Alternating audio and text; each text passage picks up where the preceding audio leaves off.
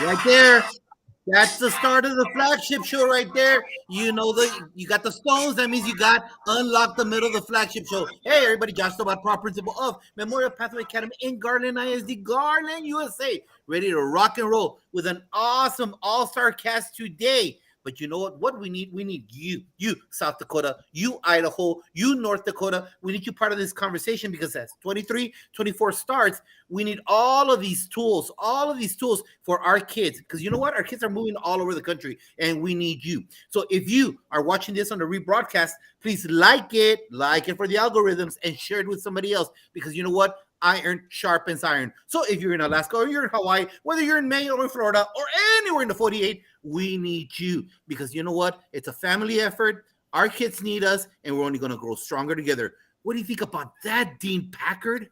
I think we need you is right, is what we're saying out there. Hey, happy Sunday night, everybody. This is all about getting better. And Josh, this is show number 119 on the books, but about 300 overall. And I'll tell you what, we've had a great ride getting to know people across the country who just are what we consider ripple makers in education, man. And that's what makes this Sunday night so fun, man. When we get an opportunity to bring on people from around the country. Again, my name is Dean Packard, proud principal of Bay Path Regional Vocational Technical High School, which is a change for me, but I always say I love where I am right now. And quite frankly, Sunday nights, again, you said iron sharpens iron. You're right. How are you tonight, Josh? You good? I worry about you, man. I don't see you enough. It's very cold in Texas right now.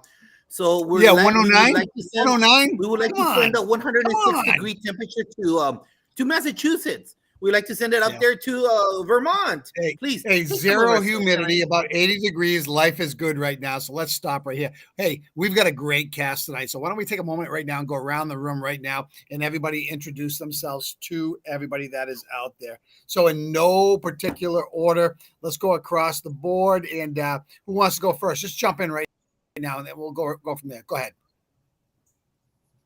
Look at that. Who wants to go first? Come on, man. This is like one of those games. Joe's first in the alphabet. You go, Joe. Joe's first in the alphabet. Let's go. So good evening, everyone. Thanks you so much, Josh, Dean, for having us tonight. A pleasure to be on the show. Josh, also excellent to see you a couple weeks ago. That was awesome to finally meet you in person. I'm Joseph Jones, Superintendent of Newcastle County Vocational Technical School District, we really are located in Wilmington, Delaware, but the schools cover the entire county. So we're just thrilled to be here tonight.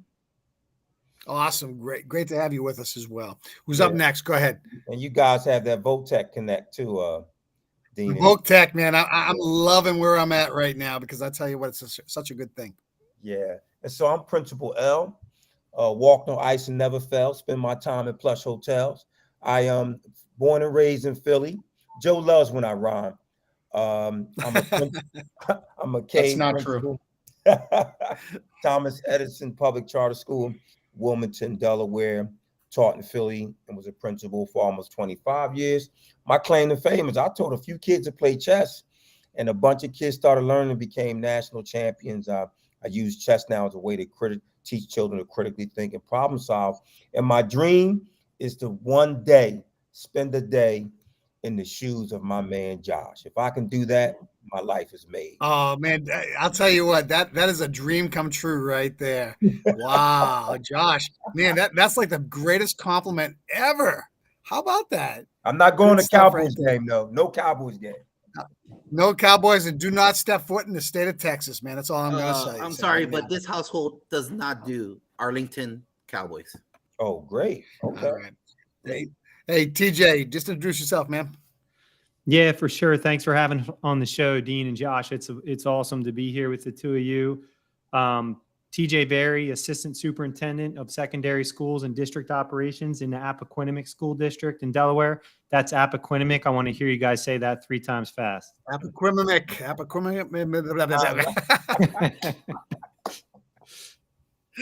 You threw that out on purpose, didn't you? Yes, I did. I'm sorry. This Hispanic and my LEP paperwork does not allow me to say those words.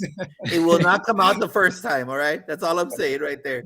We'll let you slide with Appo. We'll let you slide with Appo. Everybody just said there we go. I got my accommodations, baby. Hey, all right.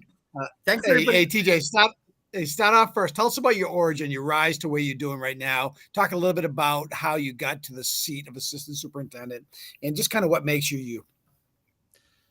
Sure. Yeah. I mean, I was a high school ELA teacher, transplant from the business world, restaurant manager for 5 years before I became an educator. A lot of leadership lessons there, and became an assistant principal.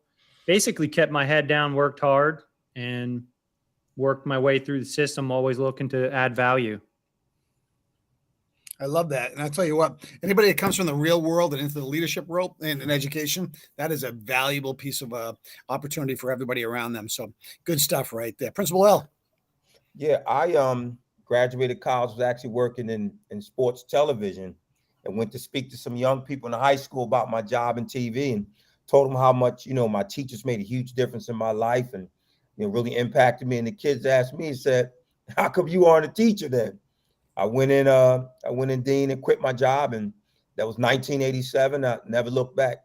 I was a teacher and a principal in North Philadelphia, and I've been a principal in Wilmington, Delaware since 2010, and I've learned a lot from TJ and Jody. These two guys have been great mentors, friends, and colleagues of mine, and in Delaware. So I'm blessed to be able to be on this leadership journey. I think every leader out there should make sure they find a mentor, connect with someone's going to push you and challenge you and help you get better. Awesome. Superintendent Jones, you're up, man. How'd you get to where you are today? A lot of luck. A lot of luck. Come on. I love that. So I'll say it's been a great ride. I just finished up year 27. So 5 years as a social studies teacher. I really thought I'd become something within history ed, maybe even at the college level. Student taught, loved it. At a local high school in our community, I'll give them a shout out, William Penn High School. It was a great experience for me. Ended up teaching at Newark High School. That's where TJ and I first met. I was teaching his brother.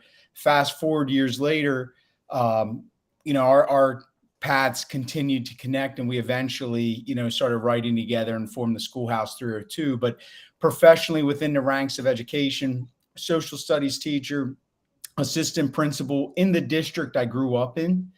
Then met a superintendent of the district I'm currently in. He was teaching a course.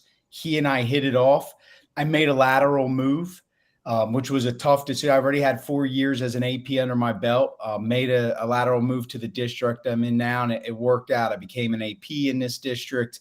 Then I became principal. I was principal for 7 years, then director of assessment accountability for about 7 years, and just finished up year 4 as superintendent.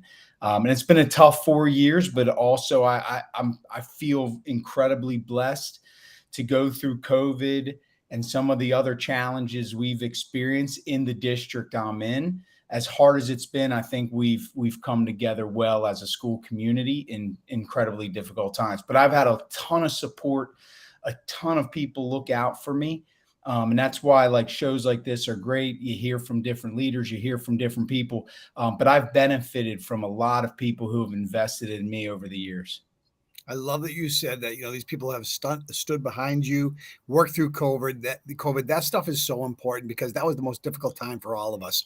Nobody can say secondarily that was not. And I love that you're focusing on the needs of people, and that's great stuff right there. Absolutely. So you know what, guys? Dynamics are so crucial. And seeing you guys in NASSP and seeing you guys here, you guys have different backgrounds, different personalities, huge. Just like me and this guy up there. This guy's from Massachusetts. I'm an immigrant here. And you know what? Dynamics. It's all about how we get the best from each other.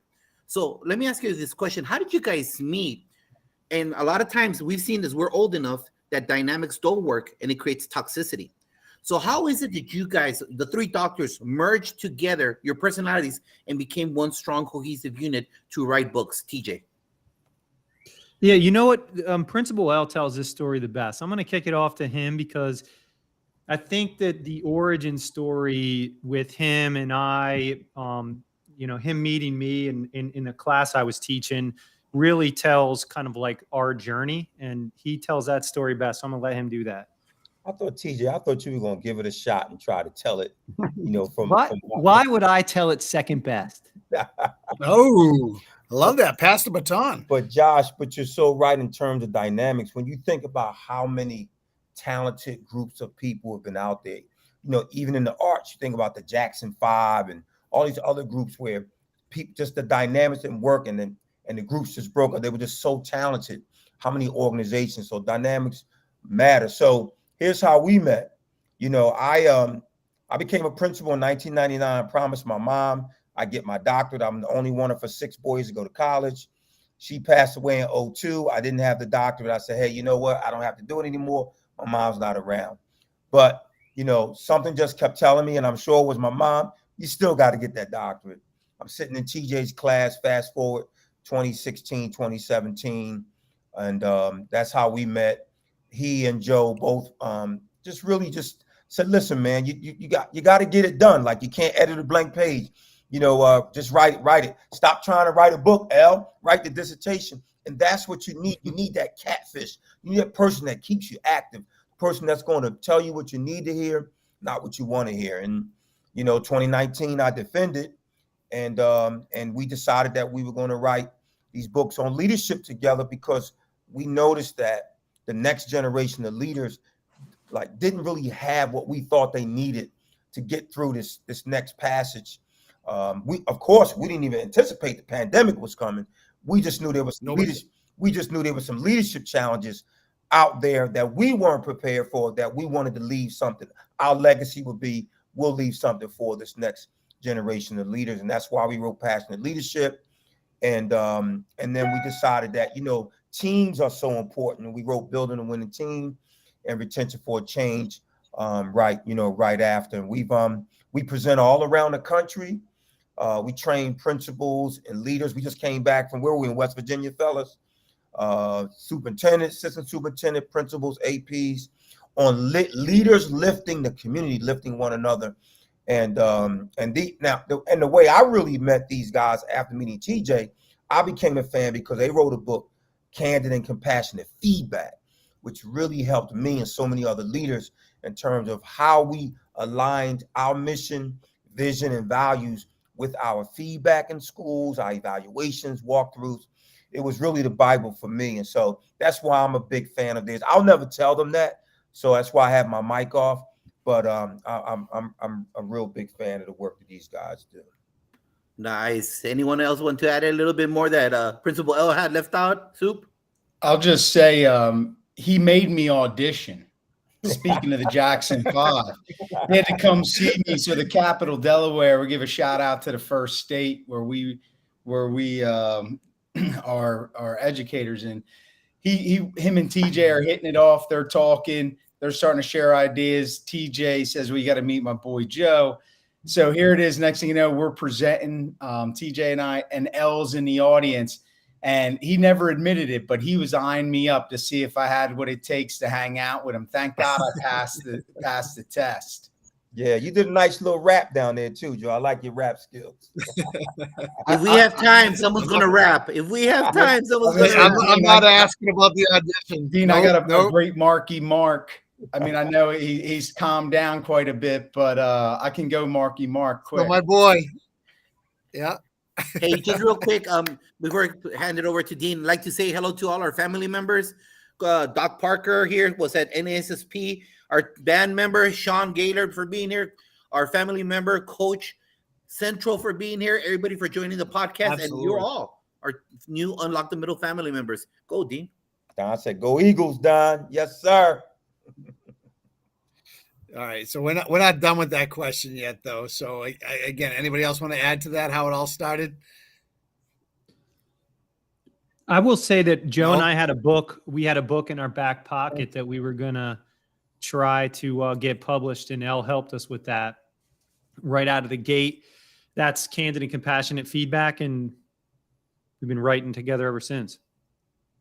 Yeah, yes, good stuff. I'm glad you said that. Glad you said that, TJ, because at the end, that's really what we're all about.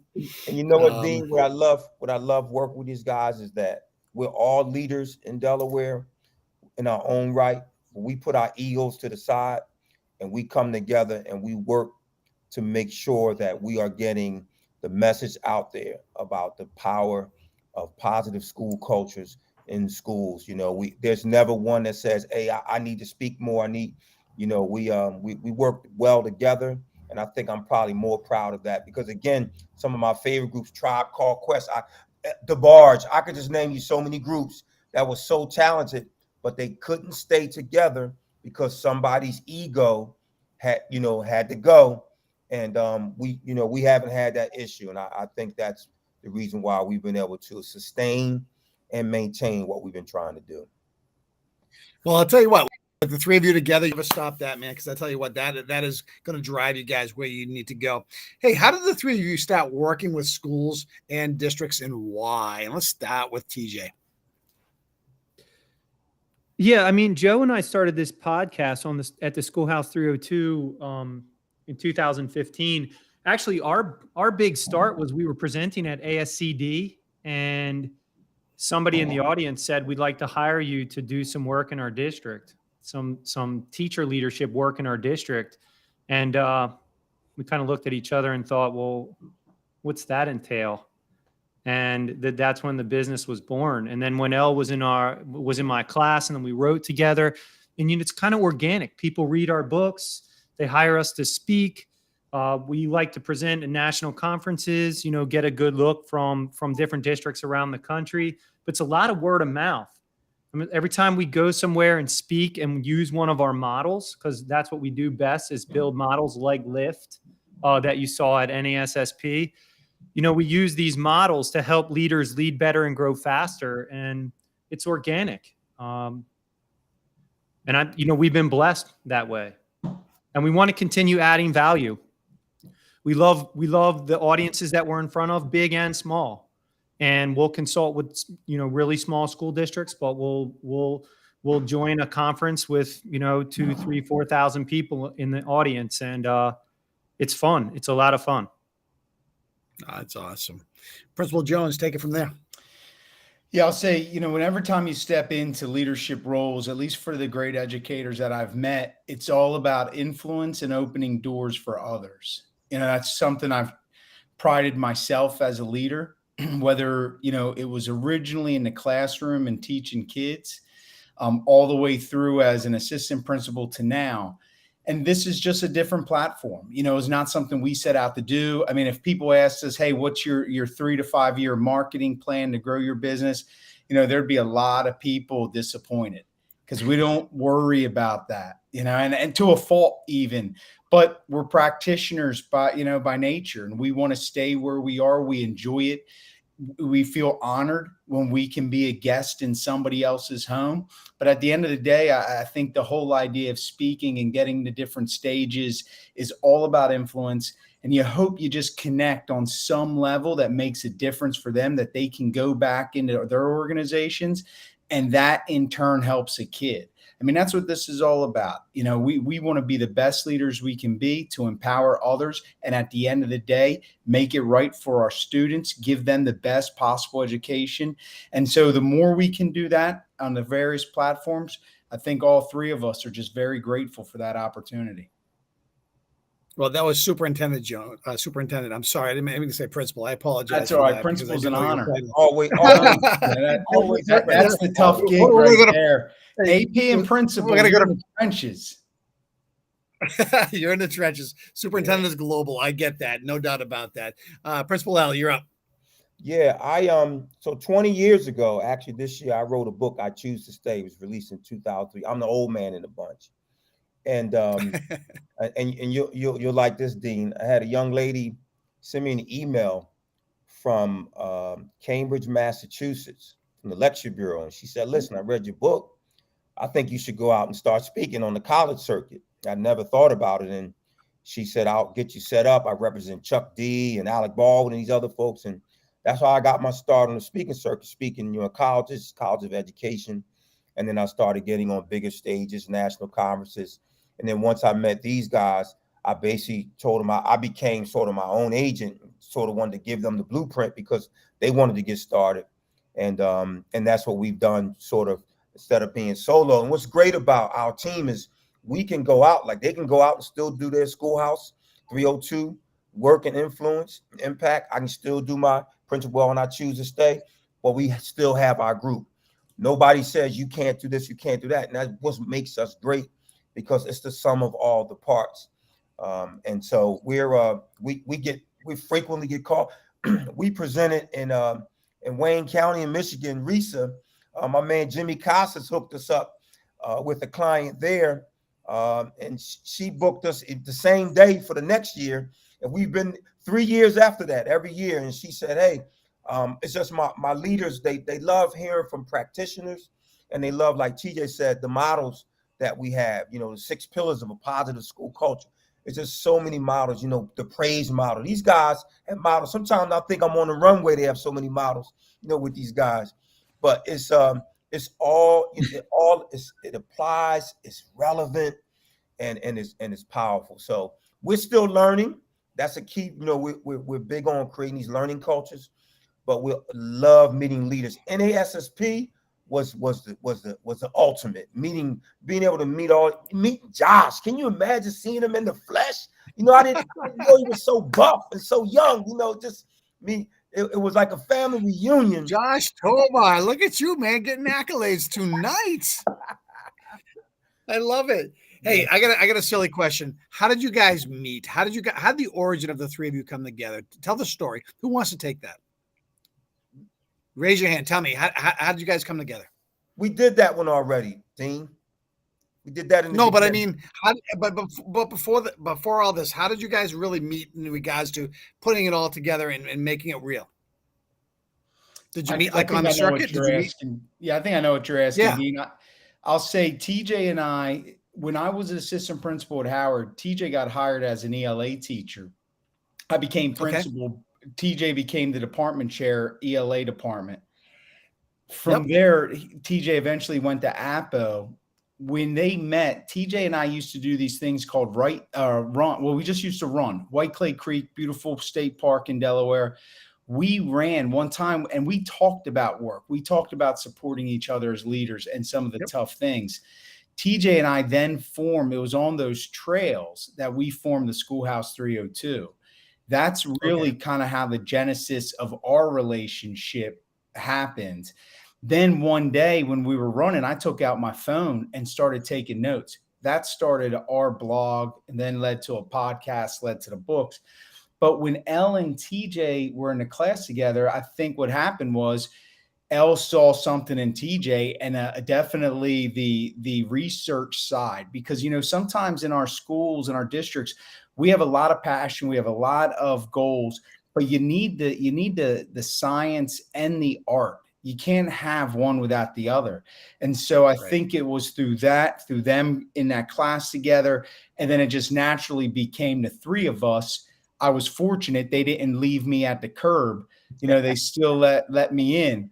But that's how it all came together. And then from that moment, we made it a commitment to stay together and work together. And it ain't easy. I mean, all of us have families. We all have our jobs, which are incredibly demanding. Most of this stuff is done at like awful, weird hours, but any great leader, anyone of success can tell you that. So that's really how it came together. And then now it's just growing. The reason we stay, I think, together as the three of us is it just makes us better. Like when I hear the two of these guys talk, I'm getting a different perspective from my own district. I already know what I think, and I have a phenomenal team in my district who pushes quite a bit, but hearing it from different entities, in totally different school systems helps quite a bit. Yeah, I love the synergy, man. And that's what I was getting at, the origins of that and how it all just kind of moved forward. So thank you very much for sharing that. I appreciate it. Certainly. So we have a couple of books written by all of you together, and we wanted to focus on retention for a change. And it's all based obviously on the type of culture that the people that sit in our chair establish. That, as we know, and Todd Whitaker says, when the principal gets a cold, the school sneezes, the school gets a cold. And so it's about the opposite. It's about creating those practices, those standard operating procedures to ensure that everyone feels comfortable from the top to the bottom. Doesn't matter what, that we're all treated with as professionals, especially right now with the lack of team members. I need team members, and I'm about to start with kids in 2 days. So talk to us, TJ. Talk to us about the culture of a campus, how we make it better for everybody to where they don't want to leave, especially in these closed districts with so many little districts around taking from each other, and about the book. Sure thing. So here's the premise, right? Retention for a change. The premise is that education needs to change if we want to retain people in it. Joe always tells us fewer and fewer people have been coming into the profession since the 1970s. That's been a fact. We wrote these two books, Building a Winning Team and Retention for a Change, prior to COVID. You could have predicted this shortage, right? We know right now that there aren't teachers coming out of teacher prep programs, and some teacher prep programs are non-existent anymore. So it's not even that there aren't teachers coming out of universities. There aren't university programs to even go into to become a teacher. So we wrote Retention for a Change. The primary premise is that if we don't change education, the culture in which teachers work, the rigidity of the atmosphere, what we ask of our professionals, if we don't change that from the inside out, we're not going to have retention. So the book outlines a number of things that you can do. A lot of the research is from the business world. We took a lot of notes from things that business culture does that can help retain people. And that's why I wrote the book. And by the way, another origin story to Dean's point earlier, Building a Winning Team and Retention for a Change, they were written as one book. It's based on the concept of a BDA, before, during, and after. So if you think you hired people this summer or anytime throughout the school year, because by the way, it used to be a hiring season. Now every season is hiring season. But if you think you hired somebody and now the goal is to retain them, you're behind the mark. We need to advertise our schools, tell our school story, be the beacon of hope for what's inside of what happened, the great things that happen in schools. And then when we have a vacancy, we need to recruit like heck. We were talking to a principal just recently who said, I have an opening and the posting's up, but I'm not seeing a lot of candidates in the pool. And we said, well, what are you doing about it? He said, well, I check it 2 or 3 times a day. I said, well, that's not going to work. You need to get on LinkedIn, brother. You need to do something else, because these people aren't flocking to the postings like they used to. So that's why we wrote the book. And you can read these books independently, Building a Winning Team and Retention for a Change. But if things don't change, if we don't learn how to change things and fast, we're not going to retain the people that we have, and we're certainly not going to attract them from the outside. Thank you. Principal L, anything to add? Yeah, and basically what he's saying is that the strategy we use is that you've got to build a bench. You got to think like a coach. Like you're not going to have all starters. You got to have players that are coming and playing, willing to fit different roles. One of the things I want to say is you heard me at NASSP talk about elevating women in leadership and in education. That retention book, I don't know if you noticed it, but Star Saxton wrote the foreword in that book. Because we want, so many you see these books, these men write books, and then they get other men to write the foreword. But we wanted to give a woman a voice because they're the majority of our profession, and also very influential. Just a point to show that we talk that talk, but we walk that walk, as well. And Dean, for you, the college was Endicott College, where that young lady was a student when I stole one of your teachers from Massachusetts. So Endicott, yep. Endicott, Okay. beautiful school, beautiful school. Beautiful school, right on the water. Yep, absolutely. I know exactly where it is. But I think the most powerful point for us that we try to drive home is that teacher recruitment is important, but so is retention. The best form of recruitment is retention. And we have to have strategies in our school. We have to build cultures where we're keeping those teachers. Because when they stay, other teachers stay and others want to join. There's a lot of focus on, paying, I know in Texas, you got all these districts paying 60, 70. I saw there's some districts where new teachers are making almost $70,000, $80,000. That's the competition. But we've got to take care of these teachers that we've had as well, because they're the lifeline of our schools. Yeah, I'm glad you say that. Soup Jones, talk to us. Anything else? Yeah, I would just say, we are entering the school season. Like you just said, Josh, you got kids walking through the door soon. Each of you, Dean, we all hired teachers over the past summer. We can't lose them. And the first 5 years, they're the most vulnerable. And it, on average, costs a district about $21,000 to hire a new teacher.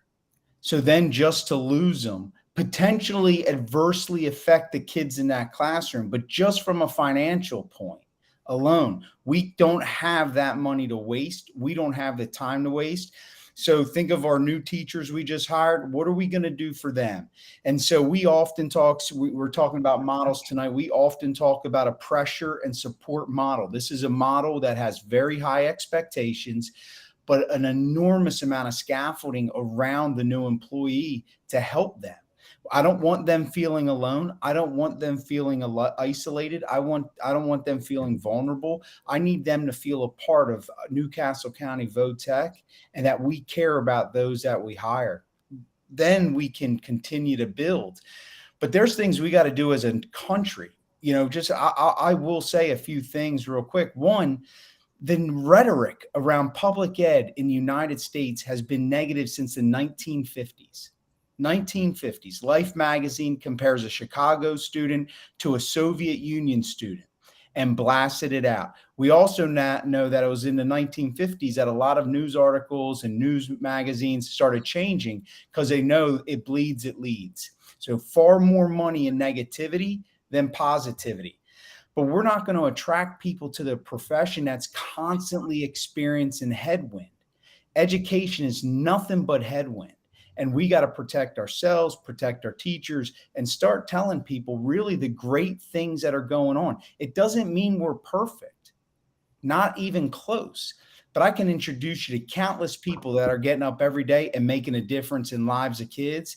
And nobody would second guess their ability as a teacher after they really got to know them.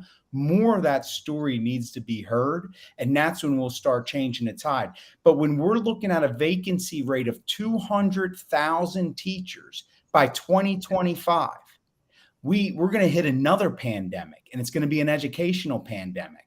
And we're going to have classrooms without teachers, and people need to start taking this a little more serious and realizing that you don't support people by pushing them down. And a lot of us who have been in this game for a while, we know we need to lift one another, but we can't do it alone either.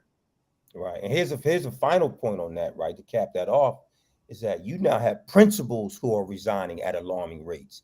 Good point. Teachers, Good point. we're losing lots of teachers. As Joe said, 600,000 since 2020. Net teachers will never get back. But my good friend Sharif Al-Mekki wrote an article a few weeks ago in the Philadelphia Inquirer and talked about how principals, why they are leaving at alarming rates. And the big thing with Joe talked about, same thing. They need that support. They need that collaboration. It's and people stay. Like Don just said, teachers don't leave their schools, they leave their principals. People stay for those principals. So if we can't get those principals to stay, then we've got to we're going to have an even bigger problem. So that's why we're really promoting this. Let's lift each other. Let's lead with empathy. Let's lead with love and kindness and support and lift everybody. Because as we talk about often, as rising ships, right? They save everybody. So we keep everybody afloat. So let's go. All tides rise. That's all good stuff right there. A few years ago, I started a thing called Future Stars. Anybody with less than 3 years, they would come in and we would talk about all the things they deal with. And we'd make sure they had all the supports they needed to be successful in the classroom. It's so important as an instructional leader to be able to grab those people and give them the support they need to make it through their professional status time period. There's no doubt about it. So again, hey, all right, my next question is this. What steps can we take for teacher recruitment and retention through lifting one another up? And Superintendent Jones, why don't you go first? I think we need to partner, like TJ was saying earlier. Less and less people are going to this profession, but it's been declining since 1976. The University of Delaware used to have this incredible day of educators and several districts from the state, from surrounding area, hundreds of applicants would be there. It's how I got my first shot, and then, later on, now they don't even have that event anymore. So I know we want to talk tactical about recruiting and we want to maintain people, but we have to draw people into the profession. And there's a few things we have to have tough conversations. And this is beyond the scope of just us as school leaders. We are talking about compensation. We're losing people in Delaware to surrounding states all the time because of different compensation packages. Plus, there's a lot of professions out there now that are very attractive. They offer a lot of flexibility. They offer remote work. We don't have some of those levels of flexibility, but there's other things maybe we can do to make it more attractive. We also need greater support from the community. You talk to teachers, a lot of their frustrations lie within the fact that they don't feel supported by the greater community. Like they're always having to defend themselves for things they've done, or they're constantly feeling, like they're just not being supported. My wife's a fourth grade teacher, phenomenal school. But the school year is tough. And, dealing with students and really getting to help them to learn and grow, that's hard work. And so once a noble profession has kind of lost its luster, and I think from my perspective now, that's something that I'm working on and trying to build, because if we don't fix it on the input side, like people even interested in coming into the profession, we're certainly not going to have the opportunity to motivate, inspire, energize them, which is something we always talk about. And then at the end, retain them. So we got to fix that pipeline. Yeah, agreed. 100%. TJ. Yeah. I mean, I think Joe's point about the pipeline, I want to underscore that. We're not finding that the partnerships with universities are bringing people in anymore like they did 10 years ago. Those pipelines need to come from our own middle and high schools. So until we build programs, like in education, if the engineering field wants Hispanic females, we hop right to it and get Hispanic females into engineering programs and pump them out into the industry. But we don't do enough of that for ourselves. And that's going to start really in the 5th, 6th, 7th grade, where we're building education and educational leadership, like kids in the 7th grade who are identifying that they want to be a principal. If we don't build those pipelines, we're going to be done, and we're going to be done quick. But in terms of the book, the one thing I would point at that we need to do right now is just a better job with principal leadership. I mean, it's hot in your feed as we speak that teachers, they don't leave their school, they leave their principal. And so if the principal's not strong out of the gate, and that's a hard job to be strong at, you're not going to just learn how to be a principal in a master's degree or a doctorate degree. We need a lot more mentoring programs for principals. We need induction programs. Joe and I run the induction program that certifies all principals in the state of Delaware. It's only 7 sessions, but the power of what those principals get as soon as they get into administration is critical. But if principals out there are listening, if you don't have a mentor, if you're not in a mastermind, if you're not coming to our sessions, if you're not following the work of other leaders like Principal L, Principal Cafele was named earlier, he was in the front row when we spoke at NASSP. If you're not learning to lead better and grow faster every day, that's where the retention is going to come from. That's why we wrote the book. The tips and tools and tricks in that book are to strengthen principles. Great stuff right there. Principal L. Yeah, how can you follow up from that? Always tough to go last. Yeah, but here's what I've learned from these guys is that we've got to get better at telling the stories of the people who are still doing this work. There are thousands and thousands and hundreds of thousands of people who still choose to stay. Just like my man Sean is out there in the audience, talking about the power of supporting leaders and teachers. You got Coach Central out there saying, that TJ Joe and I are the Wu-Tang of educational speakers. There are people out there in our midst who wake up every morning ready to go. We've got to tell those stories. We've got to become better storytellers. They're inspiring. There are many people who think they're tired, but they're really uninspired. And I think if we really want to attract people, we often harp on, and we know it's the truth now. So folks are leaving the profession. We know that. And Don even talked about how they used to come to us from the business world. Now they're leaving and go to the business world. But I think what we have to do is send a message out to people and say, you know what? These are challenging times, but there's still people who choose to stay. Because if those people hadn't chosen to stay through the civil rights movement and through all the other troubling times in this country, we wouldn't be where we are today. There are people who made that choice for us. So we've got to tell the stories of those teachers, those leaders, those students who come back. Joe is an amazing storyteller. He's got some great stories in his district. It's small, but it's powerful. Former students that they elevate and tell their stories. Former students that we hire and come back. I think when people see that, they'll say, you know what? I want to be a part of that. I want to be a part of that profession. And marketing as well. Shows like this is amazing what you guys are doing. Folks got to get on Twitter. They got to connect. The fellowship is powerful, and it doesn't happen until people open themselves up. I know Josh is the man, and Dean, you're the man standing next to the man, but that's okay. But we've got to make sure we market. This is still the only business you can be in where a kid will walk up to you in Target, Walmart, McDonald's, the mall, wherever, and say, hey, I know we butted heads. I know I wasn't the best kid, but I wouldn't be where I was today if not for you. They run and get their parents. Look, there's my principal. There's my superintendent. They're happy to see us. And I think that's what we need to elevate, that story, that message, that these folks are saving Private Ryan every day.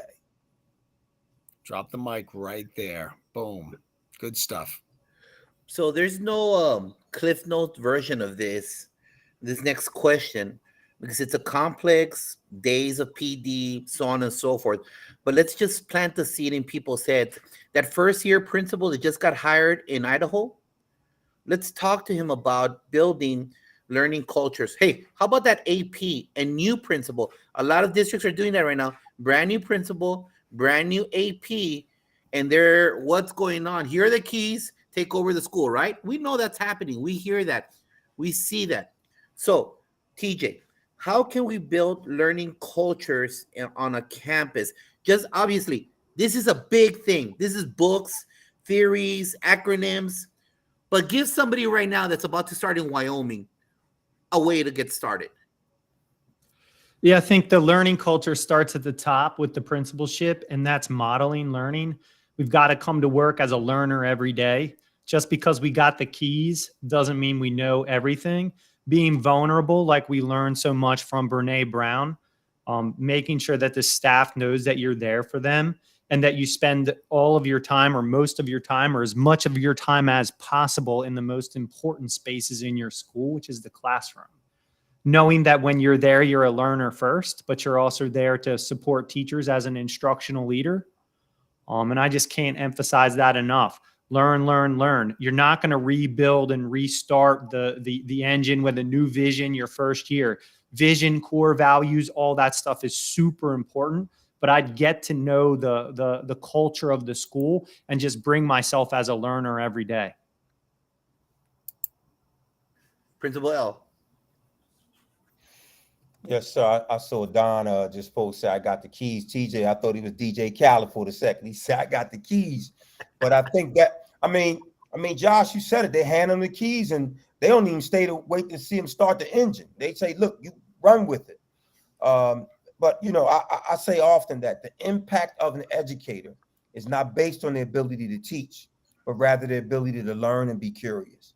And I think that that's the biggest challenge for many educators, but leaders, embracing that role of learner. When you embrace the role of learner, then when you have a bad day, when you struggle, it's okay, because every day you're a learner. Every day is not going to be a great day. Every day is not going to be Disney World. That's why you need to be, when you're in the induction program that TJ talked about. Sure, they come and learn, but it gives you a chance to come and talk about your day. What kinds of things have gone wrong? Get some feedback, bounce it off other people.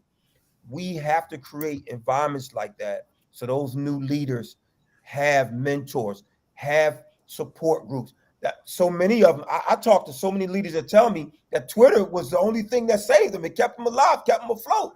They would go on and learn from great people like Josh and you know, Dean and other folks. Just get on the chats and whatnot. And it matters, but the bottom line really for leaders is they can't try to do everything themselves. So new leaders, you know, I noticed you're talking. I heard Wyoming, I heard Idaho. You know, you're not mentioning anything about Philadelphia. You know, Delaware, nowhere on the East Coast. I know you love us, but listen, You just missed it. That's all. but I know the message really, and I appreciate it, Josh, is that no state is forgotten. That we That's support your podcast is out there reaching every learner, every leader, and what we need to do is they can't feel abandoned, and they've got to know that we have their back. The key is making sure that what they have to do is don't hold it in. You can't do it all yourself. And you can't stress yourself thinking, wow, I'm making mistakes. We all did. If you fellas were honest and got on here and talked about the mistakes you made in your first year as a leader, whether it was AP, principal, superintendent, even as an experienced leader, you know, you still go home some days and say, man, I screwed that up. That's a natural part. It's a natural part of the process. You're a learner. But what you do is you come back the next day and you admit it, you own it, and you get it right. But you lean on these guys. Keep the learning going. That's the key. You're in a tough job, but reach out, get on these podcasts. NASSP has an Ignite Plus series they're running where they have monthly sessions for leaders to get involved. It's there's so many opportunities for leaders to reach outside. And if they even reach out to Joe and TJ, have great resources, free resources for leaders, you know, blogs, video sessions, the whole 9 yards. But we have to go out and support every leader, every school, every state, because the stakes are high. Now you tell me what group that is, fellas, and Don, whoever's in the audience, the stakes are high. The stakes are high. All right. Superintendent Jones. Yeah, it's a powerful question because, you know, that early and new principal, those days are daunting. You know, I used to tell people all the time, you want to feel the pressure of a school building. It's like, you know, you going from as a teacher, you know, you're in your room, but everything is within those walls. You become an administrator, you know, you go in the halls. You're a principal, go on the rooftop. You know, you're seeing everything and you must see everything, and you don't have the luxury to not see everything. But there's just a few things I even remind my own principals. One, products can't replace people. So number one, products cannot replace people. You can't mandate what matters, and you can't policy best practices. And so those are things to embrace as a leader. We're big fans of Covey's 13 high trust behaviors. And one of them is to listen. As a first year principal, starting out, AP, wherever you have to listen intently. And you listen just not to hear people, but to also gather which direction you're going to steer the ship. Because we make these mistakes in thinking we know, and it might have worked in one place, but these schools are so nuanced. Give the people the mic that are doing the work. You know, let the people speak. Let your teachers speak. Let your students speak. Let your community speak. Listen to those and then start navigating that course, you know, and just stay due north and you'll be fine. But you have to embrace the fact that coming in, you might not have a good understanding of what's going on. So listen intently to learn and eventually learn how to navigate that ship. And just based on what Principal L said and the upcoming question right now, hey, leader out there in New Mexico, leader out there, insert your state name.